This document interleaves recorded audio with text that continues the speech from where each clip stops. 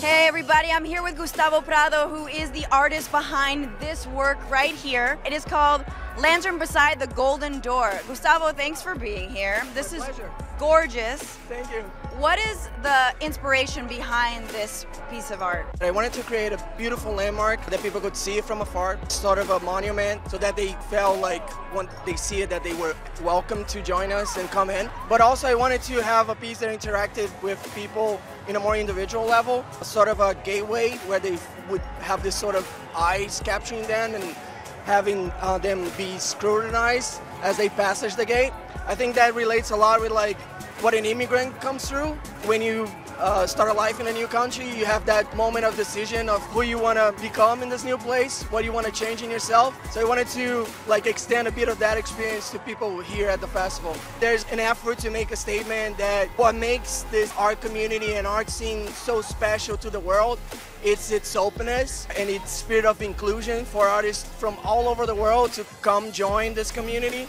There's such a big amount of Brooklyn present here in LA. That made me really happy, you know, to have that interchange between the two greatest scenes of art in the US right now, LA and Brooklyn, I'd say. It's a real gift to have such a strong group of artists around.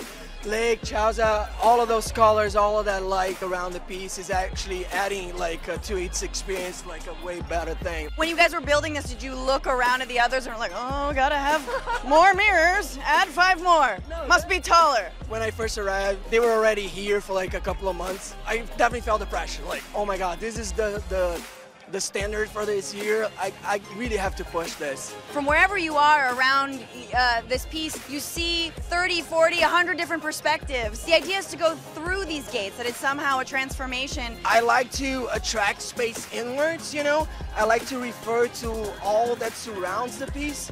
And here it was just a banquet, like so many things that I can refer to. This beautiful sunset here. The moon is about to come up from that side.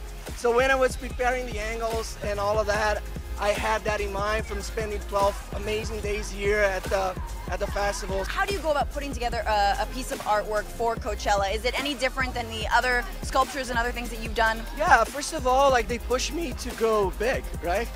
So I've been working with the system for like 3 to 4 years. I've never reached this height and this scale. The amount of mirrors, I mean, how many mirrors exactly, do you know? We have over 2,000 of the 3-inch, the smaller ones, and 120 of the bigger ones. But also to relate with music, to relate with young people. I think that a lot that's been coming up about the piece is the selfie experience. And I think that most of the time people feel that that's something that we should avoid, like, oh, art and selfies, they don't come along. I don't think so. I think this is a phenomenon of our generation, and that art should relate with what's in the culture.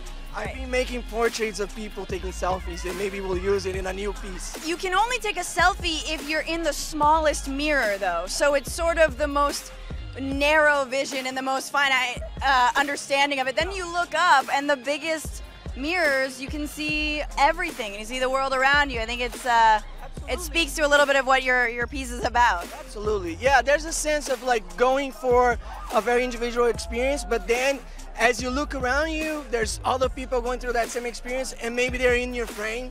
So you go for a selfish impulse, but then you feel included in a larger group.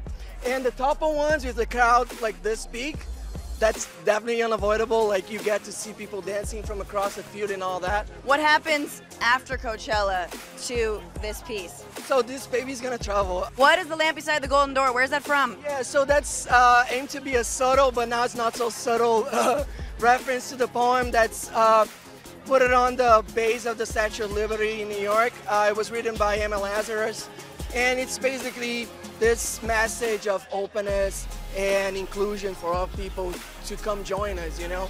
So what better place and what better space for people to come join and celebrate than a music festival. You've put your lamp in this golden festival. Yeah. And you've invited everyone to come in.